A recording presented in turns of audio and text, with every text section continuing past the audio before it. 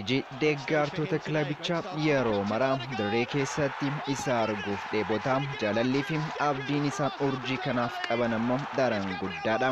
Amma umuriin isaa ganna 21dha. UK magaalaa London ammoo bakka argama isaadha. Fulbaana 5 bara 2001 UK magaalaa London keessatti ture.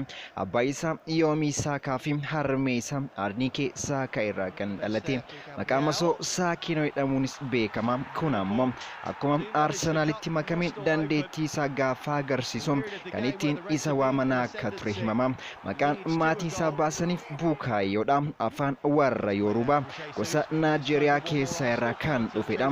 Hiikkaan isaas akka Oromoon Gammachuu jedhee moggaasuuti. Bukayo jechuun gammachuu kan nuuf dabale jechuudha. Dhugaadha.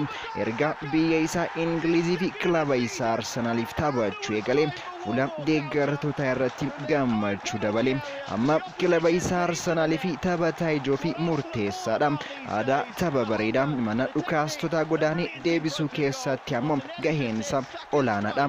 Taphataa kilabichaa duraanii dandeettii addaa qabu turee fi maqaa gaarii gonfate Teerii Henry dinqisiifachaa kan guddate. Boodarras taphataa kilabichaa duraanii kan ture Leeks Saancheziif jaalalaa fi dinqisiifannaa addaa horate.